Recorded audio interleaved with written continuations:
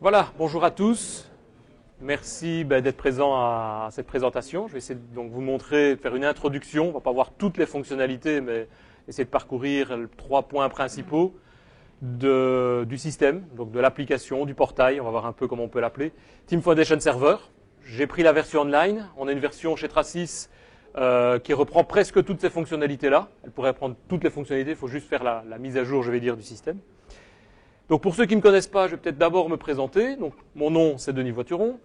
Je suis ingénieur civil de Mons. J'ai créé il y a quelque temps une société. Je suis chez Tracis depuis maintenant quelques années, avec des technos dans lesquels je travaille au jour le jour, du .NET de manière générale. Et donc je viens d'un monde, on va dire quasiment Microsoft depuis le début, donc de VB3, VBNet, C# et ainsi de suite.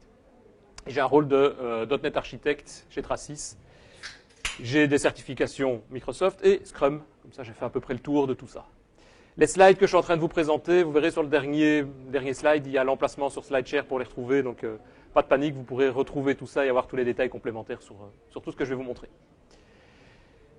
Alors, je vais d'abord parcourir ça de manière assez rapide. Une introduction, voir des modules, les 3 modules principaux qui m'intéressent aujourd'hui, c'est-à-dire gestion de code source control, l'aspect collaboratif qui est intégré à TFS, je dirais un petit peu ce qui ressemble au niveau de Jira, de notre Jira, mais beaucoup plus orienté développeur. Et alors l'aspect des intégrations continues, des builds automatiques qui sont en standard, je vais dire, dans la solution TFS. Donc je vais faire très rapidement quelques slides, il y en a une dizaine, et après on va créer un projet depuis le début, donc un nouveau projet sur le portail, et on va monter du code, remonter du code, vérifier la gestion de ce code et toutes les fonctionnalités. Donc déjà au départ, qu'est-ce que c'est TFS? TFS, c'est un système de type ALM, on va le voir juste après, c'est-à-dire une infrastructure complète qui reprend logiquement tous les besoins nécessaires pour le développement d'une application. C'est-à-dire on parle évidemment de code source, en général c'est la première chose, c'est un développeur travaille, il faut pouvoir remonter et partager éventuellement le code avec d'autres développeurs du même projet. Il y a l'aspect collaboratif, pouvoir créer des tâches, créer des bugs, les associer aux bonnes personnes, suivre l'état d'avancement de ces différentes tâches et de ces bugs. Il y a l'aspect planification, où on peut retrouver, notamment avec des connexions avec MS Project par exemple, la possibilité de planifier, d'établir qui a le droit ou qui va travailler sur quelle tâche. Il y a tout l'aspect testing qui est intégré. Ça, c'est un aspect que je ne vais pas voir aujourd'hui, mais vous verrez qu'il existe dans TFS et on peut aller le creuser plus en profondeur, mais c'est un morceau en soi, je vais dire, ce point-là. Et alors tout l'aspect build, donc construction automatique et compilation automatique des applications qu'on développe. Tout ça est disponible à la base sur la partie online. Donc il y a la partie on-premise qui est intégrée par exemple chez Tracis et la partie tfsvisualstudio.com qui est la partie online et donc disponible gratuitement par Microsoft dans le système. Je vais vous montrer le système de licensing par après. Enfin, en fonction du nombre d'utilisateurs aussi, il y a quand même une limitation dans le processus. Donc ces applications de type ALM, ça permet de faire la planification des projets, donc définir les requirements, les besoins, les fonctionnalités demandées par le client, de décomposer ça en différents types de tâches, en sous-tâches, de les attribuer. Alors, il y a toute une série de modèles, de méthodologies disponibles au départ. On va le voir, il y a notamment Scrum, Agile. Il y a la possibilité de travailler avec le CMMI. Je vais vous montrer, c'est ce que nous, on a mis chez Tracis, c'est l'utilisation du modèle CMMI, et je vais vous montrer tout de suite pourquoi. Donc, on planifie, on crée des tâches, des processus et des éléments à devoir développer. On peut les associer aux développeurs qui, eux, reçoivent, via les outils de développement, directement l'information dont ils ont besoin pour travailler. Donc, c'est-à-dire éventuellement une partie de l'analyse intégrée au processus de définition de tâches, la possibilité de travailler sur les tâches et de signaler, évidemment, quand la tâche est réalisée, quand la tâche est développée complètement.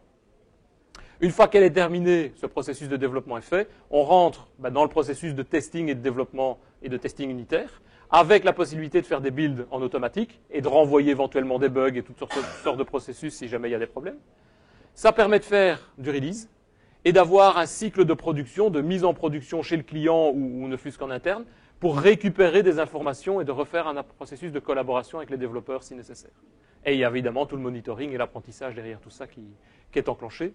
Donc ça donne vraiment un cycle complet, je vais dire un outil de développement et de mise en place complet qui permet de retrouver toute l'information nécessaire pour le développement, le suivi et la mise en production, je vais dire, des process. Alors, de base, TFS, c'est un portail web.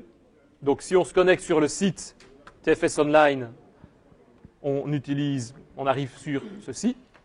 Donc, tfs.visualstudio.com on arrive sur cette page qui permet de décrire un petit peu les différentes fonctionnalités. Pardon, oui, je dis bien, on est ici. Et si on se connecte, par exemple, c'est ce que j'ai fait, c'est-à-dire si vous utilisez votre compte Live ID, puisque c'est le login password utilisé chez Microsoft pour se connecter au site web, ben vous pouvez créer gratuitement, en 3 minutes, créer votre propre projet, votre propre collection de projets. Ici, j'en ai une qui est à mon nom, desvoituron.visualstudio.com, qui permet de voir sur cette page, ben, on va voir l'ensemble des fonctionnalités disponibles dans l'outil, dans TFS. Et donc, on va pouvoir créer un projet, c'est ce que je vais faire d'ici quelques minutes, à l'intérieur de ce portail, et puis l'utiliser, bien entendu.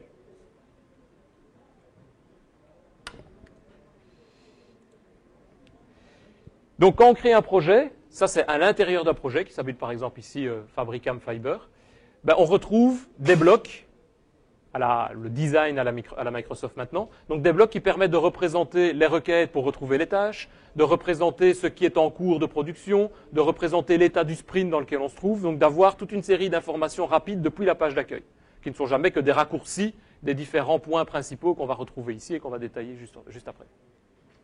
Alors on retrouve évidemment sur la partie droite la liste des personnes qui sont en train de travailler sur ce projet et d'autres types de raccourcis pour accéder au dashboard et à des fonctionnalités plus pratiques. Donc le premier module qu'on va voir, c'est l'aspect gestion de code source. Alors l'aspect gestion de code source, ben, c'est on va dire un système de source management un peu classique, comme il existe avec SVN, comme il existe avec Git par exemple.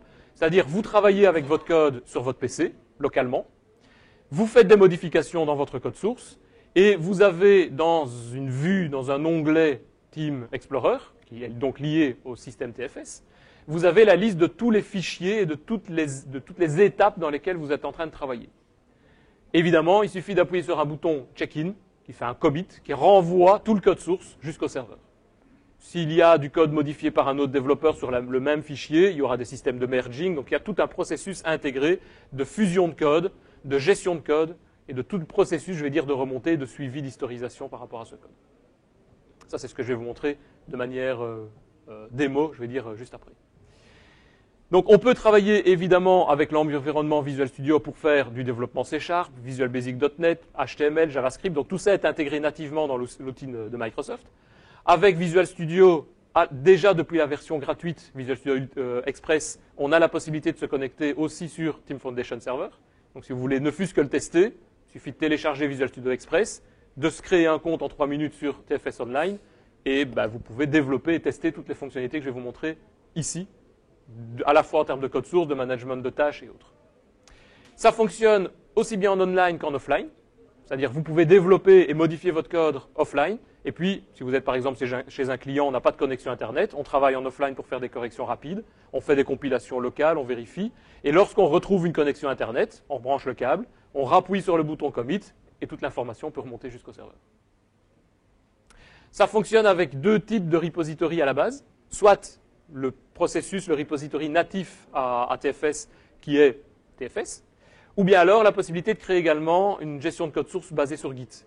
Donc là, c'est tout le processus, je vais dire, normal et classique qui existe dans Git avec les lignes de commande, mais qui ont été rendues de manière graphique également.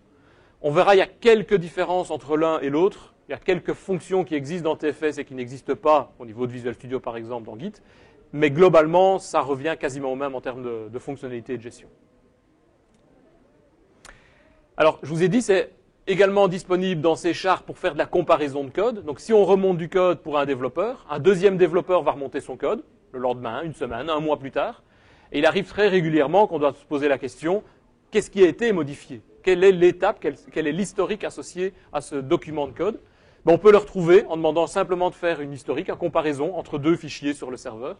Et on retrouve cette visualisation avec, par exemple, côté gauche, tout ce qui existait avant, côté droite, tout ce qui est nouveau, et des jeux de couleurs permettant de montrer tout ce qui a été supprimé, modifié, ajouté dans le système. Donc on a directement cet aspect de visualisation et de qui a travaillé sur le document.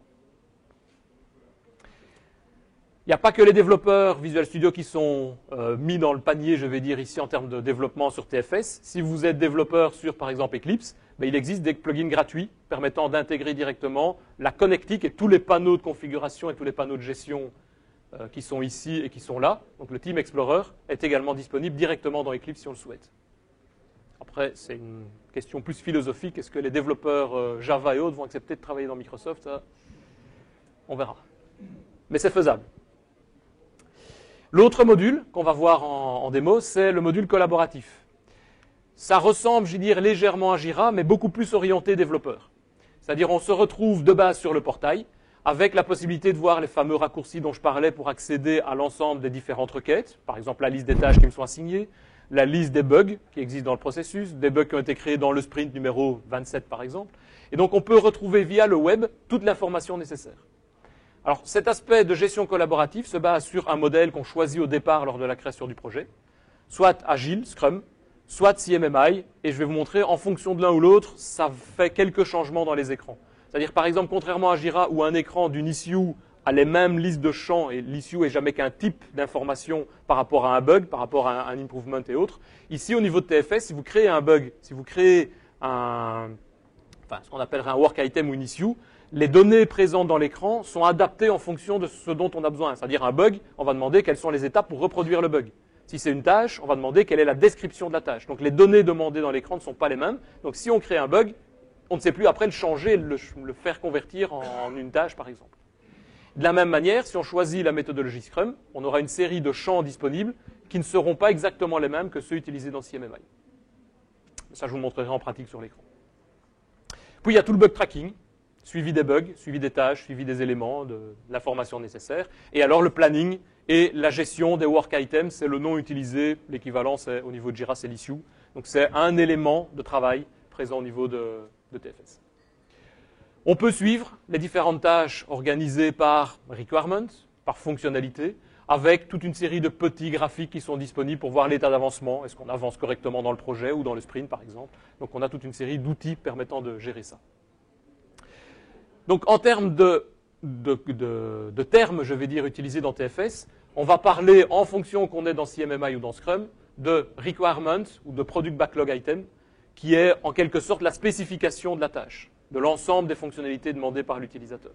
Donc, le client nous demande de réaliser un processus X, ben, on va pouvoir créer un requirement avec la description de ce processus. Nous, par convention, on préconise que ce sont les responsables, les managers du projet qui se fassent cette définition. Ensuite, on peut créer des tâches qui vont être là la description technique du requirement. Quelles sont les différentes opérations nécessaires pour arriver à définir cette spécification? Il faut créer une base de données, il faut créer une table, celle-là, avec tel type de sécurité, etc. Donc, il faut créer un ensemble d'opérations. Il faut créer donc une liste de tâches, et ça également, nous, on préconise que ce sont les managers qui fassent cette opération-là. Je vous expliquerai après pourquoi les managers et pas les développeurs directement, qui eux sont ici, qui, eux, ont la possibilité de créer des issues ou des impediments, c'est-à-dire des sous-tâches, des obstacles qui sont mis par rapport aux tâches qui leur sont assignées. Et évidemment, la possibilité de créer des problèmes, des bugs, et là, c'est dire à peu près tout le monde. Alors, la raison pour laquelle nous, on évite et on demande aux développeurs de ne pas créer des tâches, c'est pour avoir, en termes de gestion de projet, le suivi complet des tâches. C'est-à-dire, si le développeur vient créer une tâche et vient mettre du temps, forcément, le planning va varier. Et il faut quand même que ce soit le responsable, le manager, le chef de projet ou autre personne qui soit au courant de ce genre d'informations. Alors on peut être averti, mais c'est quand même plus simple que ce soit le chef de projet qui le fasse, le manager, et que le développeur, si c'est nécessaire, vienne le trouver et qu'on fasse une réunion de sprint ou d'organisation pour ça. L'autre raison, c'est que si vous créez des sous-tâches par rapport à une tâche existante, on va le voir, ça peut être hiérarchique dans cette définition de work items au niveau de TFS. Si on crée une sous-tâche, tous les calculs et statistiques qui tournent derrière ces sous-tâches et ces tâches sont un peu faussés. C'est-à-dire TFS ne va pas, par exemple, additionner les 3 heures qu'on a mis pour une tâche par rapport aux 2 heures et 1 heure qui sont mises en dessous. Il n'arrive pas à faire cette distinction entre les différents éléments. Pour lui, ce sont des éléments distincts, séparés, organisés visuellement de manière hiérarchique, mais ils n'ont pas de relation à proprement parler au départ. Alors on peut voir l'ensemble des tâches de manière listing, visuelle, classique, mais on peut également la voir sous un format, ce que j'appelle moi la vue post-it, Kanban, dans laquelle vous avez toute une vue avec l'ensemble des tâches qui doivent être appliquées, par exemple, dans le sprint. Typiquement, sur les projets que nous on réalise, toutes les semaines, on fait un sprint review avec un sprint planning. On prend le sprint review du sprint précédent et on regarde est-ce que les différentes tâches se trouvent bien dans la dernière colonne. C'est terminé, les tâches sont terminées. Si pas, on essaie de voir évidemment pourquoi on n'a pas pu terminer à temps les différents développements. Et ça permet de faire évoluer le processus ou de l'améliorer. De la même manière, on développe et on assigne des nouvelles tâches pour le nouveau sprint, on ouvre cette vue, Et on vient simplement mettre la liste des tâches assignée au sprint numéro 5, 6 et ainsi de suite. Et automatiquement, elles vont se retrouver à l'intérieur de cette visualisation en vue Kanban. Donc, quelques bonnes pratiques qu'on essaye d'appliquer lorsqu'on fait cette gestion de code et cette gestion de tâches. C'est d'abord, moi je demande à tous les développeurs de faire au moins un check-in tous les jours. Et je dis ça, c'est vraiment le minimum, c'est-à-dire remonter au minimum tous les jours son code sur le serveur. Le serveur est backupé, le serveur est centralisé, un autre développeur peut récupérer le code. Si on ne le fait pas un jour, il suffit que la personne se casse une jambe sur la route en retournant, le lendemain on est bien embêté, le code se trouve sur sa machine, mais sans plus. Là, s'il remonte son code tous les jours, ça évite évidemment ce genre de problème. Idéalement, c'est de le remonter beaucoup plus fréquemment. Dès qu'on a fini une tâche, on remonte le code et on va pouvoir associer le code à la tâche. C'est ce qui est là. Associer le check-in au work item, c'est-à-dire une tâche que le développeur est en train de faire, on lui demande de l'associer donc la tâche, de l'associer au code. Ce qui permet par après, si le client nous demande qu'est-ce qui a été développé dans ce sprint ou dans cette version à telle date, non seulement on peut retrouver l'ensemble des tâches, mais on peut retrouver toutes les parties de code qui correspondent à ces tâches. Et alors, et ça n'est valable que pour le CMMI qui possède ces deux champs, de pouvoir mettre à jour les deux champs particuliers, Remaining Work et Completed Work. C'est-à-dire savoir où il en est en termes d'heures de travail. Est-ce que le temps prévu, Remaining Work, était suffisant et il diminue au fur et à mesure, évidemment, l'objectif étant d'arriver à 0. Et le Completed Work, c'est le temps passé sur la tâche, qui logiquement augmente en espérant que le remaining prévu soit suffisamment complet pour faire le Completed. Et bien entendu, de modifier l'état de la tâche. Alors dans les états, si on travaille en Scrum, on a des états qui sont to do, in progress, done. Ça c'est le flux logique. Si on est en CMMI, on travaille en propose, active, resolved et closed. Et donc on peut passer d'une étape à l'autre. Je pourrais vous montrer le workflow complet dans lequel on peut revenir de quel type d'état à quel type d'état. Dernier module, et après je vais passer sur la démo, c'est le Build Services. Alors Build Services et test, c'est un système de compilation, c'est-à-dire on installe sur le serveur, ce que Microsoft a fait sur son serveur TFS Online, on installe d'office un service de compilation, et à chaque fois, par exemple, qu'on remonte le code, ou à intervalles réguliers, toutes les nuits, on peut demander de compiler automatiquement le code source qui se trouve intégré à TFS. Ça, c'est le système de build. Intégré à ça, on a un système de test unitaire qui existe, je vais dire, dans les développements, par exemple, .NET, C#, et on peut demander aussi au système de build de compiler, d'exécuter ce processus de testing. Et si une des tâches, un des éléments du test pose problème, vous verrez, il y a juste une case à cocher pour dire je demande de générer un bug qui va être automatiquement associé à la personne qui a remonté le code. Si c'est lui qui a posé le problème, c'est lui qui va recevoir le bug. Et on peut le suivre ainsi facilement ensuite. Donc ça permet d'avoir vraiment un processus d'intégration continue, je vais dire, dans le processus de développement. Microsoft fournit aussi, mais je ne vais pas aller plus loin que ceci, des outils permettant de définir et de créer vos tests. Donc il y a les tests unitaires qui sont plus des tests locaux, je vais dire, en développement. Ça, c'est plus dans l'aspect, entre guillemets, test fonctionnel, mais automatisé. Donc on peut avoir une petite fenêtre qui est un recorder. Par exemple, on a une interface web ici. Le recorder, on l'enclenche et on va naviguer dans le web en disant, je suis sur l'écran de recherche, je fais une recherche avec tel mot-clé, j'arrive sur telle partie de recherche, je sélectionne un élément et le résultat que j'attends, c'est telle information. Par exemple, ici, j'attends de recevoir nos résultats. Si j'écris ceci, j'ai nos résultats dans mon système. Je peux automatiser avec le recorder et dire que c'est ce résultat-là qui m'intéresse. Et ces tests-là vont être intégrés à Team Foundation Server et exécutés de la même manière. Donc si l'exécution ne donne pas ce résultat, quelle que soit la raison, un bug va être généré, on va pouvoir adapter le test ou adapter le code. Okay. Alors pour se connecter à Team Foundation, à TFS, il y a toute une série d'outils possibles. Le plus simple, c'est le web browser. C'est ce que j'ai commencé à faire ici. Et vous allez voir qu'on a quasiment accès à toutes les fonctionnalités. Consultation du code source, création des tâches, gestion des statistiques, des petits graphiques, définition des builds, supervision des builds. Tout ça se fait en web. Donc c'est pour quelqu'un qui doit travailler ou consulter le projet de manière ponctuelle, c'est très pratique, il n'y a rien à installer. On peut avoir un plugin pour Windows Explorer. C'est-à-dire là, vous mettez n'importe quel type de fichier dans votre gestionnaire de fichiers, dans un répertoire, vous faites clic droit et vous demandez de remonter ce ou ces fichiers sur le serveur. Donc ce n'est pas uniquement du code, vous pouvez remonter des fichiers Word, de la documentation, des fichiers Excel, etc. De la même manière, juste clic droit et ça remonte. Il y a évidemment Visual Studio, puisque c'est quand même un outil à dédicacer aux développeurs au quotidien. Vous avez un autre outil qui est Team Explorer. lié à Visual Studio, je vais dire c'est une version entre guillemets light de Visual Studio qui permet d'avoir accès à toutes les fonctionnalités, même celles qui ne seraient pas présentes dans le web. Et c'est une version gratuite. Il faut l'installer, mais on a accès à toutes les fonctionnalités complètes du système. C'est-à-dire le Visual Studio que je vais vous montrer, que je vais utiliser ici pour créer mon projet, pour le gérer, mais tout ce que je vais faire, je peux le faire avec cette version gratuite. Et ensuite, on a une version Team Explorer Everywhere qui est là, le plugin pour Eclipse ou en ligne de commande. Donc si on veut installer ça dans Eclipse, il faut chercher, télécharger Team Explorer Everywhere. Et alors d'autres choses qui ne sont pas négligeables du tout, c'est Excel et MS Project. Et ça, je vais vous faire une petite démo avec ça. On peut connecter directement Excel sur l'ensemble des différents work items, des tâches, des issues, à la fois les consulter, les modifier ou les créer dans Excel. Et donc vous allez voir, on va créer 30 tâches, 50 tâches, et beaucoup plus rapidement évidemment que si on veut le faire dans le site web, nouveau, créer tâche, ajouter, ok, nouveau, créer tâche. Il faut au moins 3-4 secondes, et encore si je vais vite via le web, ben là je vais le faire en 3 secondes, j'en aurai créé 30 en une seule fois. Par rapport à Jira par exemple, c'est un avantage non négligeable pour ça. Moi en général j'utilise Excel pour définir toutes les tâches et les associer à tous les développeurs. Alors prévenez vos développeurs si vous faites ça, parce que si vous faites des modifications sur 300 tâches, eux peuvent être abonnés à la mise à jour des tâches, parce qu'évidemment si on modifie, ils sont avertis, ils vont recevoir 300 mails. Donc vous avez principalement Excel, Visual Studio et je dirais le browser pour pouvoir faire la gestion. Le plus simple c'est de passer en démo. Donc la première étape c'est aller sur TFS, visualstudio.com. Vous êtes redirigé sur une page où de manière online, vous appuyez sur ce bouton et vous vous inscrivez. 3 minutes plus tard, vous avez automatiquement un accès à un projet, c'est-à-dire vous choisissez à ce moment-là un nom de projet, enfin plus exactement un nom de collection, qui est par exemple des voiturons dans ce cadre-là, et vous vous connectez dessus sans problème. Okay. Une fois que vous avez fait ceci, deuxième étape que je peux vous montrer, c'est la définition et les paramètres concernant le prix, le pricing de l'aspect Visual Studio Online.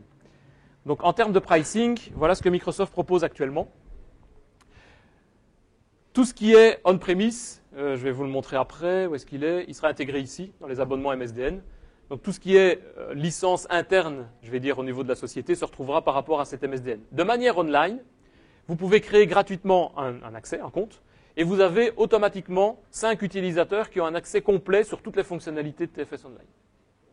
Et vous choisissez évidemment qui, c'est ce que je vais vous montrer là tout de suite. En plus de ça, vous avez par mois 60 minutes de compilation gratuite fournie par Microsoft sur le serveur, de Microsoft. Et alors, chose intéressante depuis quelques semaines maintenant, on a également la possibilité de définir des utilisateurs qui sont ce qu'on appelle de type stakeholders. C'est-à-dire ces utilisateurs-là, jusqu'à présent, ils n'existaient pas. Et donc ça voulait dire que si quelqu'un, parmi mes users qui se trouvent ici, devait juste superviser, c'est un manager qui, le code, il n'en a pas besoin, mais par contre, il voudrait voir l'état des tâches et l'état d'avancement des tâches. Donc c'est vraiment la supervision. Avant, on était obligé de lui donner un accès basic, on en a 5, si pas, il faut payer, vous voyez sur la droite ici, il faut payer en gros 20 $ par mois si on veut être au-delà de ces 5 utilisateurs. Maintenant, on a la possibilité de définir un user de type stakeholder, qui est là.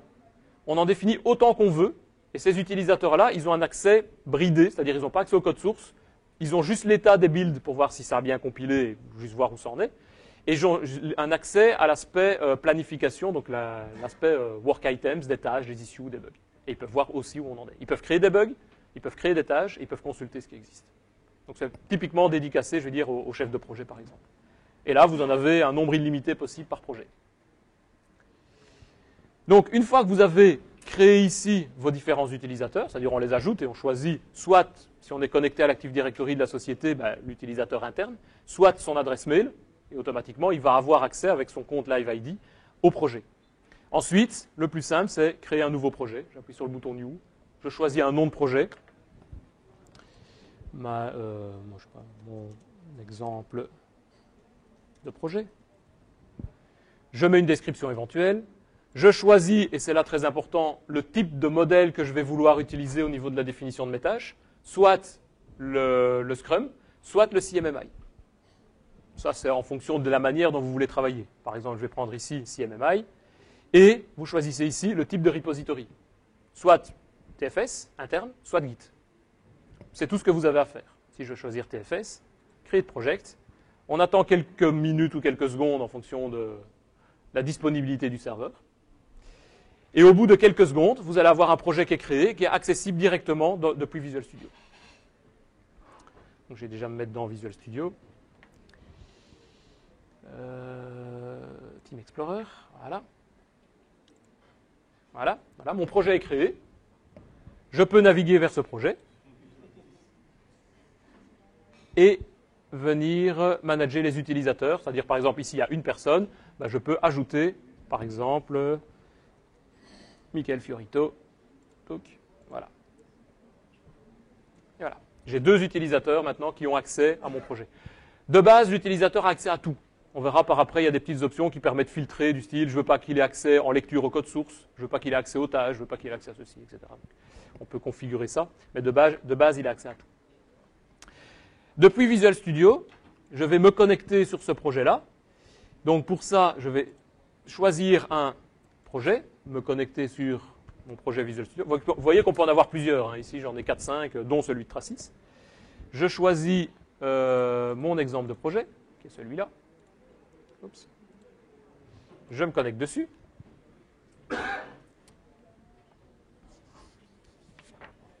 Voilà.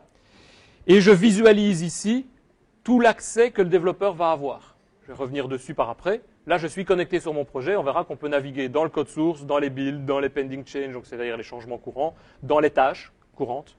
Tout ça directement depuis le seul environnement que le développeur va utiliser. C'est tout intégré à Visual Studio. Depuis l'interface graphique, donc depuis ceci, depuis le web, la première chose en général qu'on va réaliser, c'est la définition des schedule et iteration et des work area. Donc schedule et iteration, c'est en quelque sorte l'ensemble des différents sprints avec lesquels on va travailler. Donc par exemple, j'ai une itération ici, itération 0, je peux la renommer,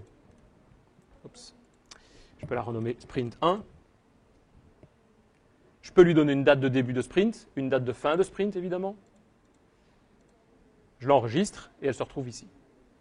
Je peux définir toutes mes tâches, voire même des sous-tâches. Donc dans mon sprint 1, je peux définir des sous-rubriques, si je peux dire, ou des sous-plages de travail. Donc c'est là où on organise vraiment le planning, en quelque sorte, des différents travaux et des différents jobs qu'on va vouloir réaliser. De manière à peu près similaire en termes d'organisation, on a la possibilité ici de définir l'ensemble des différents modules, en quelque sorte. Ça va permettre plus par après de filtrer, de classer plus facilement. Par exemple, j'imagine, je dois développer dans mon application un back-end. Ben, je vais dire, j'ai un back-end. Je dois développer aussi, en plus de ça, une application front-end en web. Je vais mettre web front-end. Je choisis web front-end. Je vais créer en plus, et pour le dernier, une application mobile app. Je la crée ici. Et donc, on va le voir par après, quand je vais créer mes tâches, je pourrai les assigner à mon work area. Et donc, par après, faire des regroupements, me dire quelles sont toutes les tâches qui font partie du module back-end, par exemple. Ça me permettra juste de les retrouver. Ce n'est pas une obligation, mais c'est plus facile. Alors ça, c'est la seule chose, en quelque sorte, dont on a besoin de travailler, besoin de configurer au départ. Ensuite, ce qu'on va vouloir faire, c'est faire du code. Enfin, le développeur va vouloir faire du code. Donc, il se connecte sur le projet, comme maintenant. Il crée un projet. Dans Visual Studio, on fait nouveau projet. Je choisis, par exemple, un projet de type WPF, Windows Presentation. Je vais choisir ici, pour que ce soit un peu cohérent sur ma machine, l'emplacement où je sauvegarde tous mes projets. Donc, par exemple, des 2 points, je vais mettre tout ça, moi, dans Project. Projet, Visual Studio, des voiturons, voilà. Et ici, je vais créer un projet, un folder, que je vais appeler mon premier projet. Où est-il? Mon premier projet. Le voilà, select folder. Je lui donne un nom à mon projet. Et chose importante, c'est, on peut le faire par après, mais en général, on le fait dès le départ, évidemment, ajouter le projet au code source. Je coche cette case. Elle est cochée par défaut si vous l'avez au moins coché une fois. Je fais OK. Et là, je crée un projet. Simple. Le but ici, c'est pas de développer, donc c'est pas de rentrer dans Visual Studio et de commencer à faire du code et à développer. Alors oui, il me demande mon projet, puisque j'ai demandé de l'associer au serveur TFS. Il me dit, où voulez-vous le mettre? Donc je vais aller dans mon exemple de projet. Je vais le mettre là, par exemple. OK, voilà. Voilà. Donc là, mon projet est associé. Donc si je retourne par exemple sur le web, que je vais dans la rubrique code, non pardon, je dis des bêtises. Si je vais dans Source Control Explorer, j'ai ici WebPF Application 1 qui existe, qui est lié à mon source code. Par contre, il y a un petit plus devant, c'est-à-dire qu'il n'est pas encore remonté, raison pour laquelle je ne la vois pas encore sur le web. Dans mon code, je peux faire tout ce que je veux comme changement. Hein. Je peux faire des commentaires, exemple de code. Hop. Et si je veux remonter mon code au moins pour la première fois, je vais dans Pending Change, et là, je vois ici tout ce qui va être inclus à la remontée de mon code. Donc dans Include Change, j'ai 29 fichiers, j'ai tout ceci. J'ai une branche, non, ça c'est une autre branche, je vais l'exclure, ça c'est un autre projet, c'est le test que j'ai fait hier. Mon premier projet, donc le mic, je l'enlève, exclude, voilà. J'ai mon premier projet qui est ici, avec les différents fichiers de ce premier projet. On peut obliger, nous c'est ce qu'on a fait, de mettre un commentaire, donc de labelliser en quelque sorte, de mettre un commentaire à chaque remontée de code. Chaque développeur est obligé de mettre un commentaire. Donc ce que je vais lui mettre ici, c'est par exemple ma première remontée de code. Check-in. Et là, mon code remonte sur le serveur. J'attends quelques minutes, même pas, quelques secondes, et mon code est sur le serveur. Donc ça veut dire, logiquement, maintenant que si je reviens ici et que je rafraîchis ma page, je vais voir mon code. Le voilà. Ça je reviendrai tout à l'heure sur le build, ce répertoire-là, à quoi il sert. Dans WebPF Application 1, j'ai tout le code. Je peux demander de le télécharger sous forme de zip. Si je suis chez un client qui me bloque certains accès via Visual Studio, par exemple, je peux le télécharger, j'aurai la dernière version en package local. Je peux sécuriser, ça c'est ce que je disais, c'est-à-dire donner accès uniquement à certains développeurs, certaines parties de code, par exemple. Et surtout, ce qui m'intéresse moi en tant que développeur de temps en temps, c'est de dire, tiens, qu'est-ce qu'on a fait aujourd'hui? Je peux cliquer sur un fichier et je vois le code. Alors ça, c'est le code de l'autre fichier. Le fichier qu'on a modifié, il est là. Voilà. Exemple de code, ce que je viens d'écrire, c'est là. Donc je peux, sans aucun logiciel à installer, venir directement me connecter et surfer sur le web. Avec une tablette iPad, si on a envie, on arrive là-dessus et on voit tout ce qu'il faut, tout ce qui est nécessaire pour le développement. On verra après, je peux même faire des comparaisons. Pour le moment, j'en ai pas beaucoup, j'ai qu'une seule remontée de code. Quand j'en aurai plusieurs, je pourrai faire des historiques. Qu'est-ce qu'il y avait avant, qu'est-ce qu'il y avait après. Et tout ça de manière online. Je peux évidemment faire tout ça de manière, on va dire offline, mais de manière Visual Studio, intégré à Visual Studio à ce niveau-ci. Donc, qu'est-ce que je peux faire comme type de modification? Je vais créer une variable i égale 0, virgule. Je vais modifier ce code et remonter. Seconde remontée de code. Hop. Et je remonte ce code. J'ai donc, pour ce fichier-là, 2 versions sur le serveur. Voilà. À chaque version remontée, il y a ce qu'on appelle un change set avec un numéro. Là, je suis à la 211e remontée de code sur l'ensemble de ma collection de projets. Pas par mon projet, mais sur l'ensemble de la collection. Et donc, si je reviens ici, je resélectionne le content, que je rafraîchis. Je vais évidemment voir ma modification. Voilà, j'ai exemple de code qui est là, et ma variable que je viens de créer. Et dans l'historique, je vois 2, ici c'est la même personne, c'est moi, mais 2 personnes qui ont remonté du code. Je peux en sélectionner un et comparer, tiens, qu'est-ce qu'il y avait avant, après. Donc avant, j'avais ceci, avec là, rien. Maintenant, après, j'ai ceci, comme dernière version de code, avec en vert, ce qui a été, dans ce cas-ci, ajouté. Si ça a été modifié, ça serait dans une autre couleur. Si c'était supprimé, ça sera en rouge. Donc on peut vraiment voir quelles sont les différences entre les différentes parties de code. Une question qu'on me pose de temps en temps aussi, c'est, il y a moyen de bloquer, quand on est en train de travailler sur un fichier, on peut demander de faire ce qu'on appelle un check-out, donc c'est-à-dire de bloquer sur le serveur le fichier. Moi, je déconseille de travailler comme ça, parce que forcément, si on bloque, évidemment, c'est l'objectif, les autres ne savent pas travailler dessus, alors que TFS est suffisamment intelligent pour faire lui-même de la fusion de code. Dans 90% des cas, il arrive à fusionner sans aucun problème. C'est-à-dire quelqu'un travaille sur le même code, le même fichier, la même procédure, il remonte son code, quand vous remontez votre code, il analyse les différences et arrive à fusionner. S'il y a un risque, un problème éventuel, il va vous afficher un petit écran de comparaison en disant « là j'ai un doute, il faut me dire quelle est la bonne version ». Et vous cocherez simplement est-ce que c'est la partie droite, mon code, ou la partie gauche, le code serveur. Vous direz c'est moi ou c'est lui qui gagne, entre guillemets, si c'est vraiment la même ligne de code. Si moi je viens modifier ça et qu'un autre développeur fait faire exactement la même modification mais mettre un 2 à la place, forcément il ne peut pas savoir quelle est la bonne version. Donc là vous devrez choisir.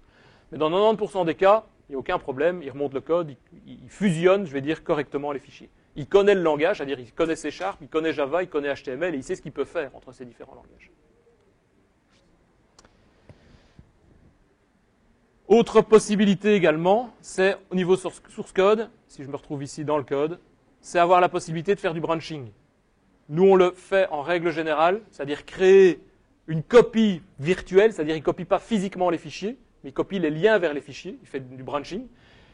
On va faire souvent une branche, nous, quand on fait une mise à disposition de la version chez le client. Chaque fois qu'on fait une release, que ce soit en test ou en production, on vient faire clic droit, branch, et on choisit simplement la nouvelle destination pour la branche.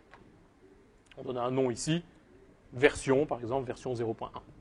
Ce qui permet à tout moment, si le client nous dit dans la version 0.1, j'ai un problème, bah nous, on a évolué entre-temps, donc le problème n'est peut-être plus là. Si on veut le vérifier, il suffit de prendre la version 0.1, le répertoire, de le récupérer en local, de vérifier si l'erreur est là, éventuellement la corriger, et si on fait la correction, la refusionner avec la branche principale.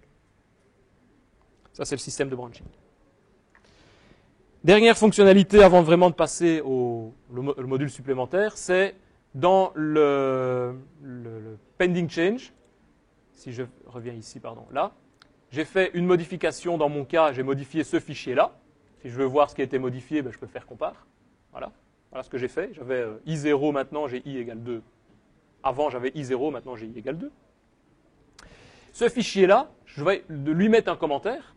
Mais ça arrive de temps en temps, je vous ai dit en termes de best practice, moi je demande aux développeurs de remonter leur code tous les jours, et si possible plus fréquemment. Mais tous les jours, peut-être qu'à la fin de la journée, il n'a pas fini sa tâche, et que le code qu'il a réalisé, il ne compile pas. Mais on va quand même lui demander de remonter son code, mais de le remonter sur ce qu'on appelle un shelf set. C'est-à-dire le code va se trouver sur le serveur, mais il ne va pas être intégré dans le corps principal, utilisé par notamment le système de building, et utilisé par les deux autres développeurs s'ils récupèrent le code. Il est propre à lui, mais sur le serveur. Ça lui permet de travailler une journée, 2 journées, avec quand même un code backupé, suivi, qu'on va pouvoir éventuellement récupérer via des outils sur le serveur si jamais on en a besoin, mais ça ne va pas influencer ou impacter les autres développeurs.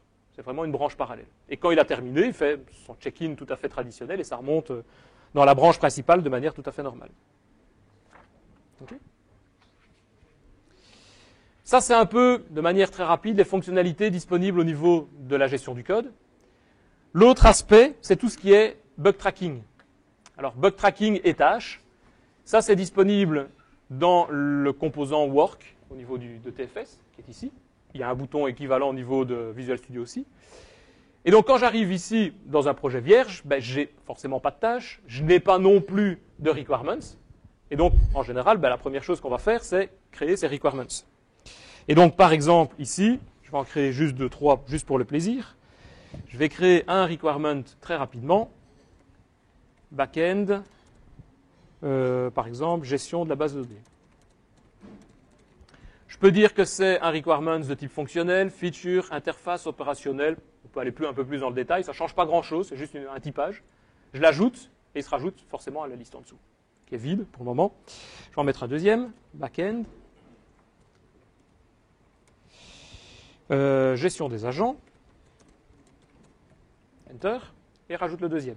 Un petit troisième juste pour desktop. Gestion des agents aussi. Il n'y a pas de raison. Hop.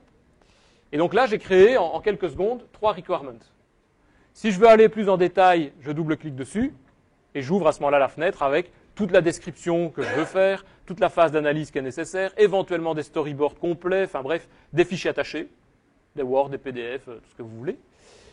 Et à qui va être associé évidemment ce requirement, et alors éventuellement des priorités possibles. Est-ce que je le mets en priorité haute, basse? Donc je peux là classer et organiser, je vais dire, mon travail au niveau requirement. Une fois que j'ai un requirement de fait, je vais devoir le développer.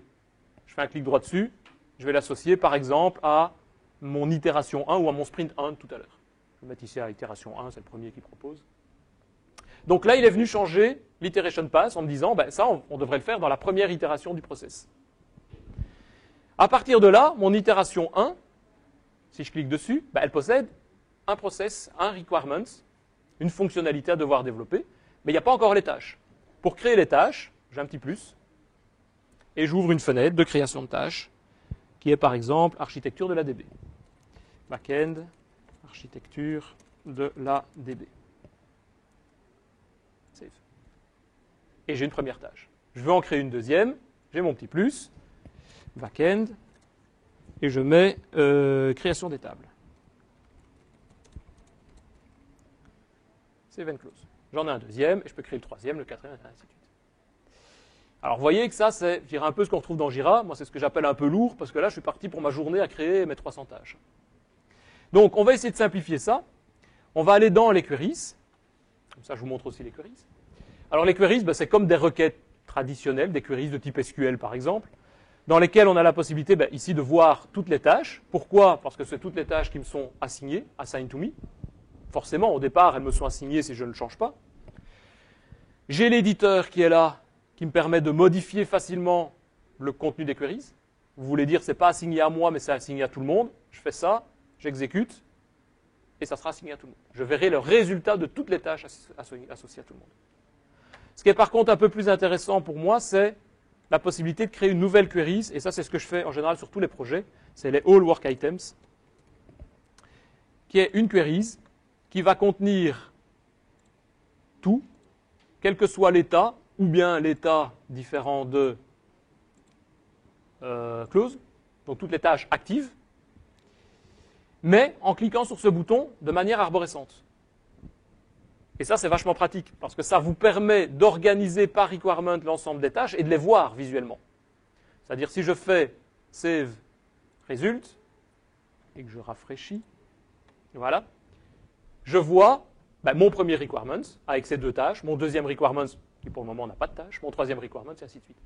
Et c'est hiérarchique. Et je peux faire des hiérarchies de hiérarchies, donc j'ai plusieurs niveaux, il n'y en a pas nécessairement qu'un seul, je peux les organiser. Ce n'est pas une liste complètement à plat, avec là l'obligation à ce moment-là de faire des sous-requêtes et des sous-éléments, un peu comme on l'a dans Jira par exemple. Ici, on peut vraiment organiser l'ensemble des requêtes et des tâches de manière hiérarchique pour les développeurs. Alors maintenant que ma tâche est disponible, je peux la mettre en share, là voilà, All Work Items, j'ai juste fait un drag-drop, elle apparaît en share queries. Ce qui veut dire que tous les développeurs qui ont accès à ce projet-là, là, ne verraient pas ma queries, là maintenant, ils les voient, ils voient cette queries. Ils ont accès, eux, à share queries exactement comme moi. Donc ils n'ont pas besoin de redévelopper cette queries, elle sera disponible pour eux. Je peux demander de faire un pin to home page.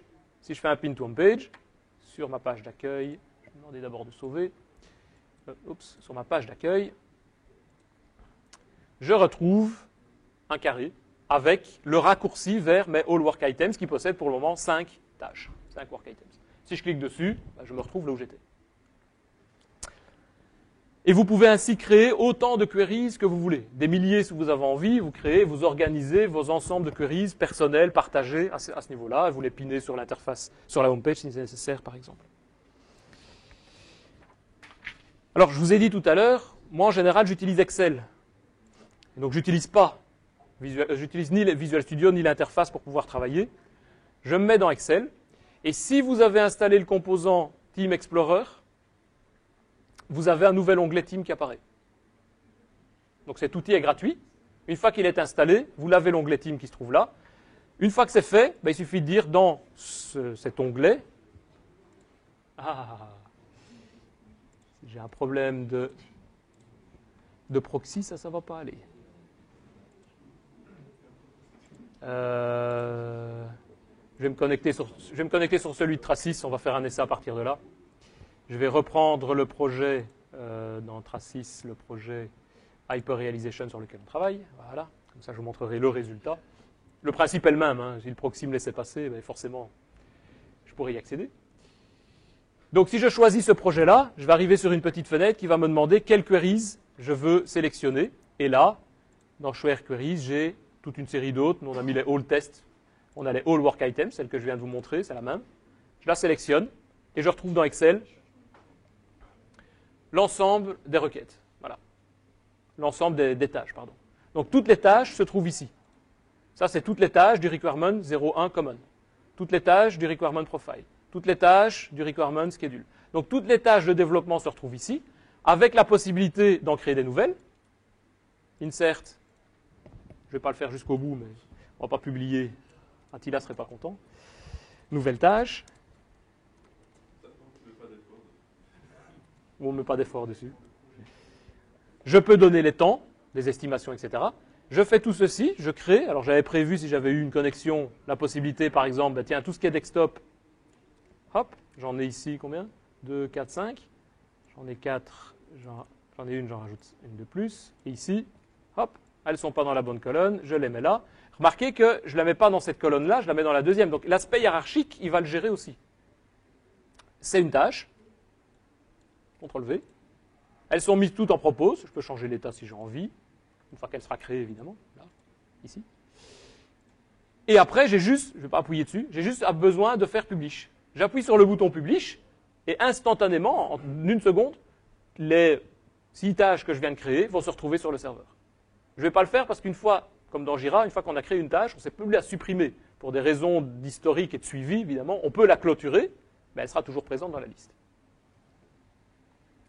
Donc c'est la seule chose à faire. Vous pouvez faire exactement la même connexion à MS Project et aussi bien récupérer un projet existant comme je l'ai fait, que faire la création depuis le départ d'un projet et de remonter toutes les tâches. Alors comme vous êtes dans Excel, bah, évidemment tous les tris possibles sont disponibles. Je veux trier par exemple tout ce qui est close. Hop, j'ai toutes les clauses. Vous pouvez mettre des couleurs. Moi c'est ce que je fais et Attila le sait. Quand on travaille, par exemple voilà, ça c'est le fichier de référence, le même que celui-ci mais on va dire coloré. Je viens mettre des règles d'auto-formatting pour dire tout ce qui est result, je le mets en vert. Tout ce qui est de type requirement, je le mets avec une ligne complète verte là. Et en un seul coup d'œil, je vais dire, on voit l'ensemble des différentes tâches. Et lors des sprint planning, si on doit faire des modifications, voir l'état du process, on utilise cette sheet Excel qu'on peut se partager. Okay. Une fois que j'ai toutes les informations et toutes les tâches, j'ai les heures également là. Donc, vous voulez faire un graphique pour voir, tiens, quel est le pourcentage de dépassement sur la tâche common de manière générale, ben, c'est une simple règle à devoir réaliser ici, un simple graphique Excel à devoir faire si on souhaite. Donc on peut faire ça très très facilement, je vais dire, dans Excel, comme encore une fois dans MS Project. Ou alors vous le faites via le web, comme je l'ai fait, ben, c'est plus long, mais c'est faisable. Okay. Alors quand on a des tâches, si je retourne, et là c'est souvent le développeur, lui il travaille avec ça, si on retourne au niveau du backlog, j'ai les requirements, que j'ai vu ici, avec la possibilité de voir le board des requirements, c'est-à-dire voir quel est son état. Pour le moment, elles sont toutes en propose. Elles n'ont pas encore été passées en phase de développement. Vous voulez développer dessus, voilà, elle est passée en état actif. On fait un drag and drop et c'est bon. Même chose pour les tâches au niveau d'un sprint. Le sprint, j'avais mis uniquement le backlog gestion de la base de données, qui est ici, avec mon petit plus qui permet de le rajouter. Mais je peux également prendre une tâche, et ça c'est souvent ce que fait le développeur, au lieu d'aller dans la tâche, trouver le champ propose et le passer en active, faire save, elle passe en active, ben, il peut la prendre et la drag-dropper, si je peux dire, d'un état à l'autre. C'est quand même beaucoup plus simple pour le développeur de travailler de cette manière-là. Il a une vue générale de son état, de son travail. On peut le voir soit pour toutes les personnes, soit pour une personne, groupé par requirement ou groupé par personne. Là, il y a une personne. S'il y avait une deuxième personne qui travaille sur le process, imaginons ici, on va assigner cette tâche-là à Michael Fiorito, save close. Voilà. J'ai toutes les tâches de Denis Voituron, toutes les tâches de Michael Fiorito. Et ça, c'est, en plus de l'Excel, c'est la deuxième vue que nous, on utilise toutes les semaines, en sprint planning, en sprint review, c'est ça. Et on voit l'état d'avancement. Okay. Dernière fonctionnalité existante au niveau de TFS, c'est, je vous l'ai dit tout à l'heure, donc je vais revenir sur mon Team Explorer. Alors il y a toujours une petite maison ici qui permet de remonter à l'écran d'accueil, celui-ci, de Team Explorer, donc de voir les My Work. Ah, oui, dans My Work, je vois tout le travail qui m'est assigné, toutes les tâches et tous les requirements dans ce cadre-ci qui se trouvent là. Et une chose qu'on fait en général quand on développe, c'est je vais l'agrandir un peu, je prends par exemple gestion des agents, ou oui, on va prendre celle-là, et on a un bouton Start. Le développeur, quand on lui dit il faut travailler sur une tâche, il va dans sa liste de tâches, My Work, il voit la tâche qu'il veut faire, qu'il doit faire cette semaine-ci, il la sélectionne, il fait Start. Automatiquement, elle passe en active. Mais plus que ça, automatiquement, toute modification de code qu'il va réaliser, voilà,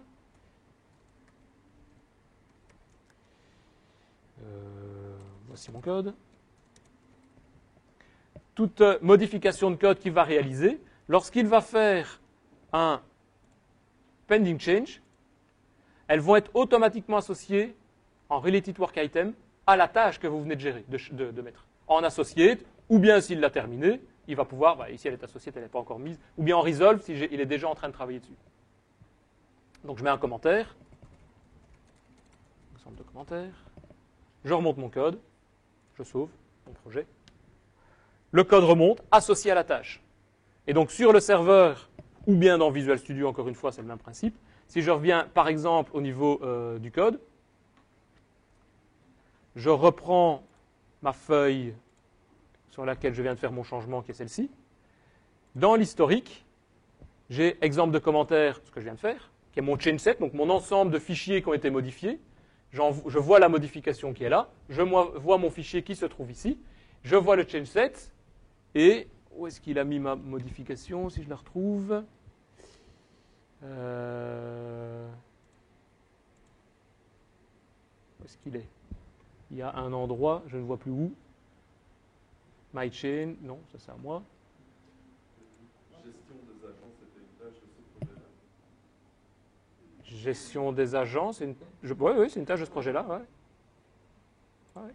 Si je vais dans la liste des work, requirements, voilà, desktop, gestion des agents, c'est celle-là. Et donc par rapport à la tâche, on peut retrouver, j'essaie de retrouver mais je ne vois plus, l'ensemble des codes et des parties de code qui font partie de ce change set-là. On peut le retrouver soit via l'interface, soit on peut les retrouver via un écran, on va dire, à peu près équivalent au niveau de Team Explorer, qui est le source control explorer, où là, je peux demander par exemple sur tout le dossier de me montrer l'historique. Et dans l'historique, je retrouve ce que je viens de voir maintenant, c'est-à-dire l'exemple de commentaire qui est là, voilà, et ici le related work item. Donc j'ai le code qui a été modifié dans cet exemple de commentaire, et j'ai le work item, donc la tâche correspondant à ce code. Et donc par exemple, toutes les semaines, si on dit, voilà la liste des tâches qui ont été résolues, quel est le code qui fait partie de l'ensemble de ces tâches? Il suffit de les sélectionner et de voir ici l'entièreté des fichiers modifiés. Qu'est-ce qu'on a modifié sur ce fichier-là en particulier? Je fais un compare et je vois la modification. Donc je peux tout tracer, tout suivre en termes de code, en termes de tâches. Et tout est interconnecté, si je peux dire, dans les différents éléments.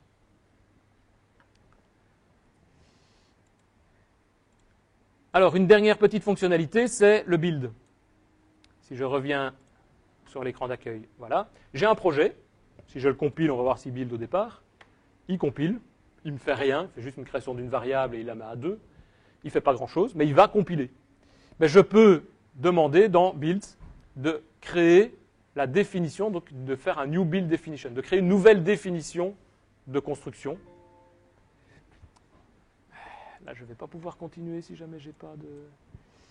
Je vais essayer peut-être de me mettre hors réseau ici et me mettre sur le Traces Bringer Device. Ça devrait peut-être passer. Voilà. New build definition. Apparemment, ici, ça a l'air de fonctionner. D'ailleurs, si je reviens... Non, ce n'était pas celui-là. Je l'ai plus, le fichier de tout à l'heure, le fichier Excel. Je le remettrai après, si vous voulez, par rapport au fichier Excel. Donc, la définition d'un build, ça consiste en 6 étapes, si je lis bien. 1, le nom du build. Par exemple, WebPath Application de build 1. Une description optionnelle. Est-ce qu'il est actif ou pas? Le trigger, c'est-à-dire quand on va vouloir builder de manière continue, automatique. C'est-à-dire soit je le fais de manière manuelle, donc je vais devoir faire clic droit sur la définition du build et demander de le générer sur le serveur, mais de le faire manuellement. Soit je peux le faire de manière continue, c'est-à-dire à chaque fois qu'on remonte du code, automatiquement il va enclencher là une nouvelle génération de build. Ou alors je peux le faire aussi de manière planifiée, il y a d'autres options, mais en général c'est sur celle-là qu'on prend. Donc par exemple, le lundi, le mardi, etc. à 3h du matin, si je lis bien. Si je le fais par exemple de manière, on va le faire ici de manière manuelle. Ensuite, je viens dans quoi compiler. Alors, je vais enlever le projet que j'ai fait hier. Ça, c'est, je pense, mon projet à moi. WebPath Application 1, dans mon premier projet, c'est bon. Et j'enlève celui-là. Voilà. Donc, je choisis mon projet sur lequel je suis en train de travailler. Vous voyez qu'on peut en compiler même d'autres. Je suis vraiment dans un project collection, donc rien ne m'empêche de compiler une bibliothèque dont j'ai besoin, en plus de mon projet qui doit être compilé, je vais dire, dans le système. Build default, a priori, il n'y a rien de particulier, sauf qu'on demande de générer le résultat de la compilation sur le serveur, de le sauvegarder sur le serveur. Dans ce cas-ci, je vous rappelle qu'on est TFS Online, donc ça sera le serveur de Microsoft. On va avoir un emplacement pour pouvoir récupérer nos différentes compilations. Dans le process, chose importante, c'est de choisir le template de compilation. Si on est online, il faut choisir la dernière version, le TFVC template 12, et on va pouvoir à ce moment-là configurer exactement quoi compiler. Donc par exemple, le projet, je vérifie bien que c'est la solution qui est en cours pour le moment. Et autre chose dont je parlais tout à l'heure, c'est un peu plus bas, Create Work Item on Failure. Il est mis à vrai par défaut, donc d'office, dès qu'une compilation va générer un bug, ne va pas compiler, ou un test unitaire ne va pas fonctionner, il va automatiquement m'associer un bug dans le TFS, que je pourrai suivre. Et dernière étape, c'est Retention Policy. Donc la possibilité ici de dire combien je veux garder de packages buildés sur le serveur. Là, j'en ai 10, les 10 derniers failed, les 10 derniers partiels succeed et les 10 derniers succeed. Et donc le 11e va être effacé, forcément c'est un queuing, donc ils vont enlever les autres. Je sauvegarde ma définition de build. Là, elle est sauvegardée sur le serveur. Elle se retrouve ici. Et je peux demander, puisque c'est manuel, de faire un queue new build. Et là, une confirmation, la priorité que je veux donner, etc. Je fais un queue. Et là, il met mon build, ma demande de compilation dans une queue. On est évidemment sur le serveur de Microsoft, donc ça va prendre peut-être un certain temps, ça dépend de l'utilisation du serveur à l'heure actuelle. Et donc si je veux voir quel en est l'état, je vais par exemple de manière online. Dans Visual Studio également on peut le retrouver. Et dans de manière online, je vais ici, au niveau queue, voilà, WPF application 1, build 1. Pour le moment, il est en queue. Ça fait moins d'1 minute qu'il est là. J'attends 2, 3, peut-être 10 minutes. Parfois, ça demande un certain temps, même s'il n'y a rien à compiler. Ce n'est pas réellement le temps de compilation qui prend du temps, c'est le temps d'arriver en bout de queue. Et à ce moment-là, il va passer ou bien en complete, ou en déployer si jamais j'ai demandé de faire un déploiement aussi. Et là, j'aurai le statut. Est-ce qu'il a réussi à compiler ou pas? Est-ce qu'il y a eu une erreur ou pas? Alors, le build services, même Microsoft conseille, on peut, même si on utilise TFS Online, installer un service de compilation dans la société qui se connecte sur le repository online. Et en général, c'est ce qu'on va plutôt faire plutôt que d'utiliser, parce qu'on n'a que, entre guillemets, 60 minutes par mois. Ça va vite. On attend quelques minutes ici pour compiler. Et je fais ça 5, 10 fois et j'ai plus de ressources possibles. Donc on va plutôt utiliser une machine, une bête machine, dans laquelle on va pouvoir installer le service, pas TFS complet, juste le service de compilation, lui signaler que mon code repository se trouve online, et on va utiliser ce service de compilation sur la machine, sur lequel on pourra installer éventuellement les bibliothèques de son choix nécessaires si on en a envie. Donc voilà, je ne vais pas attendre ici plus longtemps sur le queuing, on va voir. Faire un refresh, il est toujours dedans. Juste une dernière chose, comme c'est du Microsoft, on a évidemment toutes les possibilités et la possibilité de faire tout ça, tout ce que je viens de vous montrer, de suivre tout ça sur phone. Ce n'est pas une application, du moins pas encore une application officielle. Hop.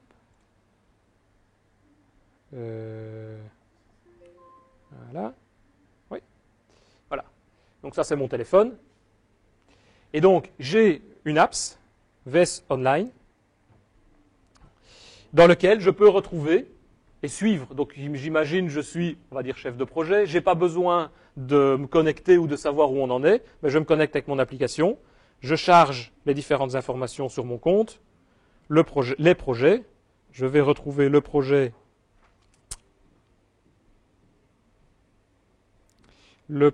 mon exemple de projet, et là, je peux accéder au code, c'est-à-dire toutes les modifications de code qui ont lieu, les différentes tâches, work, assign to me, par exemple ici, voilà, il y a celle-là, je prends celle-là, je peux la voir, je peux éventuellement la lier, je peux accéder au code sur ce que j'avais montré avant, et les builds aussi, on va voir s'il a fini. Non, il est toujours en cours. Ah non, pardon, voilà, il a fini, completed build. Donc là, on va voir dedans, au completed, il n'y a pas d'erreur, il est en vert, je dirais c'est un peu normal, j'ai pas de code quasiment dedans. Et donc ici, ce que je retrouve, c'est le nom du build, l'URL pour pouvoir la retrouver, et éventuellement même les messages d'erreur si jamais il y en a eu. L'URL, elle est là. Ici, les succèdent, donc il n'y a pas d'erreur à proprement parler. Si maintenant je retourne dans complete ici. Voilà. Voilà, ici, j'aurais, voilà, il me dit par exemple là, la variable i existe mais n'a jamais été assignée. C'est pas un bug, c'est un warning, mais il me l'indique quand même. Donc il n'a pas créé de bug pour ça, et donc je peux retrouver tout le log et également retrouver tout le contenu de l'exécutable, je vais dire, donc downloader le drop, comme il appelle ça, sous forme de zip, c'est-à-dire télécharger l'exécutable de mon application. L'application, elle est là, je peux double-cliquer dessus, voilà. Elle existe, elle ne fait rien, mais elle existe. Donc je peux retrouver tout ça, et je vous disais, TFS Online de base, vous avez 60 minutes, j'en ai utilisé 2 sur mes 60 minutes. Donc vous avez en permanence l'état de votre build. Et tout ça est gratuit pour le moment. Hein. Sinon, il faut payer évidemment pour avoir tout ça, mais ça devient plus cher. Et la même chose en termes de minutes, c'est le load testing. Je ne vous ai pas montré ce module-là, mais vous avez sur le projet la possibilité d'un onglet test. Je vous ai montré les autres. Dans test, on peut créer ses propres tests manuels, voire intégrer des tests automatiques. Donc par exemple, dans Z-test, je fais un nouveau test plan, je mets un nom, test, create, et puis là, je vais définir l'ensemble des différentes étapes, ici de manière manuelle, mais ça donnera la liste des étapes à devoir suivre, donc de dire, cette étape-là, elle est faite, et je peux la cocher en disant, ok, c'est bon, c'est valide. Cette étape-là, elle n'est pas faite, donc je peux exécuter mon plan de test manuellement. Ou alors, j'intègre des plans de test automatiques dans le système. Ça va ? Voilà, donc j'ai montré ici un peu toutes les fonctionnalités, on va dire de base, c'est-à-dire la possibilité de gérer le code source. Ça, c'est un peu le traditionnel, le classique, mais l'intérêt, c'est surtout l'intégration dans Visual Studio pour le développeur. L'intégration avec le deuxième module, qui est tout l'aspect tâches, bugs, donc tout ce qui est organisation du travail. Et le développeur, lui, il a la vie assez simple. Hein, il choisit la tâche, il développe dessus, il la résout, et tout ça est suivi, et tout est traité pour lui de manière automatique. Et le troisième point, c'est les builds, pour faire de l'intégration continue, du développement continu. Dès qu'on remonte le code, il peut compiler et mettre tout ça en place. Il faut le configurer si on utilise des systèmes un peu particuliers, mais il suffit juste d'installer les bibliothèques sur le serveur si nécessaire. Mais pour tout le développement traditionnel Microsoft, il n'y a rien à faire. C'est clic, clic, clic, et ça fonctionne. Et donc tout ce que je viens de vous montrer, ça fonctionne gratuitement online pour 5 users, ou en interne, sur le site TFS Tracis BE, on a accès à exactement les mêmes fonctionnalités, sauf le build qui n'est pas encore complètement configuré dans le système. Voilà, j'espère que j'ai en tout cas donné un aperçu de tout ce qui vous intéressait, de tout ce que vous pouviez espérer au niveau de TFS. Si vous voulez retrouver les slides, ils se trouvent là, donc ils sont sur SlideShare, et vous aurez tout ça, y compris toutes les petites procédures que je vous ai mis. Donc après, il y a les annexes, où retrouver, comment accéder, les liens, etc. Donc la démo en quelque sorte que je vous ai fait ici se retrouve également au niveau des slides.